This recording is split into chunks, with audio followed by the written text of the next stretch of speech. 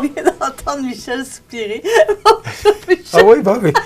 Parce que moi, j'ai pas d'écouteurs. Hein. J'entends pas. T'entends pas quand le micro est ouvert. Ben non. Ben, je soupirais parce que T'es prêt? je faisais un beau compliment à Marie-Ève ce matin en lui disant que c'était beau ce qu'elle portait. Et voilà. De cette belle boutique sur la rue Saint-Jean-Baptiste. Et Rendez-vous. Voilà. Et Michel, il s'en passe des affaires dans le coin. Puis c'est le fun. Il y a des activités, des nouvelles activités qui s'installent, qui se proposent. Donc, il y a eu le tournoi de chasse à la sauvagine à Berthier-sur-Mer pour la première fois cette année. Ben oui, mais je suis surpris. C'est qu'il y a une nouvelle maison des jeunes à Berthier-sur-Mer. Je ne savais pas. Moi, j'aime travailler dans le monde des communications. J'apprends des choses. Et voilà, on est là pour apprendre des choses et pour les divulguer. Mais oui.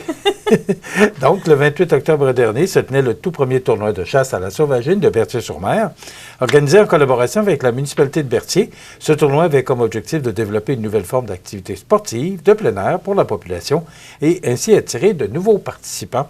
Alors, plusieurs grands passionnés de la sauvagine ont répondu à l'appel et ont relevé le défi. Donc, pour cette première édition, c'est 50 des profits qui étaient remis pour la nouvelle maison des jeunes de Berthier-sur-Mer. Alors, c'est un montant de 2 000 $ qui a été alloué à la maison, la toute nouvelle maison des jeunes. C'est un beau montant. Oui, mais moi, je pensais que la maison des jeunes, pour moi, c'était celle de Montmagny. Mais non. Non, il y en a partout.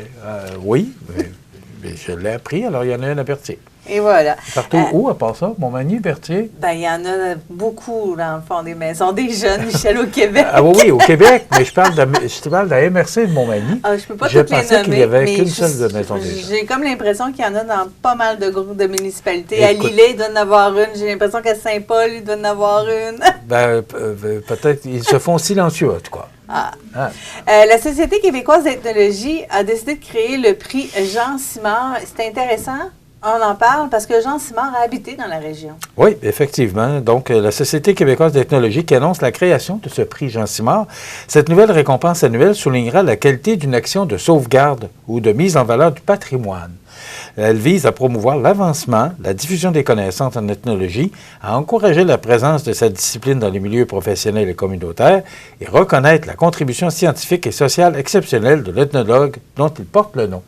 Qui est Jean Simard? Vas-y. C'est un professeur de l'Université Laval de 72 à 2000. Jean Simard, spécialiste des arts de la religion populaire, a participé activement au développement de ces champs de recherche et au rayonnement du patrimoine ethnologique du Québec. M. Simard a déjà demeuré à Sainte-Louise et Saint-Roch-les-Aunais et a fortement été impliqué, entre autres, au Musée de la mémoire vivante.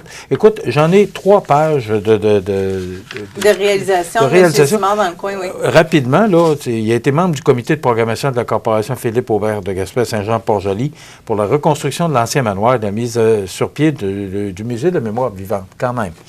C'est en 2002. Également en 2002, membre du comité de mise en valeur du cimetière Ad Sanctos de Saint-Roch-des-Aunais. En 2009, membre du conseil d'administration du musée François Pilote, maintenant Musée québécois de l'agriculture et de l'alimentation. Et j'en passe. Il faut que je le mentionne, le prix littéraire Philippe Aubert de Gaspé du Salon du livre de la Côte-du-Sud de Saint-Jean-Port-Joli, le 6 novembre 2010. Écoute, il y a beaucoup de choses que cet homme-là a réalisées, puis je pense que c'était vraiment approprié de lui remettre ce prix. Non, donc, de créer ce prix. Là, je vais aller trop vite parce que je vois le temps passer. Là. Oui. Alors, donc, les projets primés doivent être appuyés sur un travail de terrain et avoir fait rayonner l'approche technologique auprès du grand public. Alors, voilà. Félicitations. Jean Simard qui sera décerné le premier en 2024. Voilà. Québec en alerte va nous réveiller à 13h55 aujourd'hui. Donc, ça va sonner partout au Québec.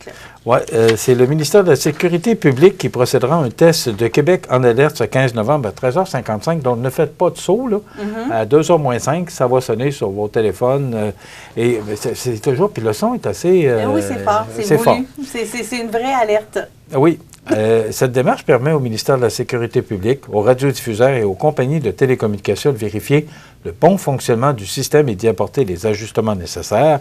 Depuis janvier 2023, le ministère de la Sécurité publique a diffusé 9 alertes via Québec en alerte, soit 3 Amber, 3 menaces armées et 3 feux de forêt. On sait que à un moment donné, c'est notre ex-animatrice à CFL, Marie-Noël Gagnon, qui pesait sur le piton. Oui, c'est plus elle, par contre.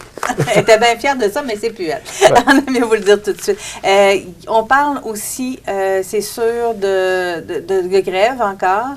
Il y a des écoles qui qui seront fermés, on le sait, pour Québec, pour le centre de service scolaire de la capitale. On sait pour la région montréalaise. On n'a pas de détails pour la Côte-du-Sud, par contre. Non, mais je voulais quand même le mentionner qu'à partir de mardi prochain, c'est 40 des écoles de la province qui seront fermées. Donc, les parents qui sont encore... qui doivent encore s'organiser. Puis, ce qu'on dit, c'est un peu une prise en otage. Oui. Et on ne sait pas, ça c'est pour la fédération la FAE, qui est la Fédération autonome de l'enseignement, mais il y a d'autres syndicats là, qui doivent m'emboîter le pas. Donc, on pense, et c'est dans le texte de Daphné Dionvien du Journal de Québec ce matin, que ce conflit-là pourrait être long. Donc, on va vous tenir au courant, ça c'est certain, à l'émission. Merci beaucoup, Michel.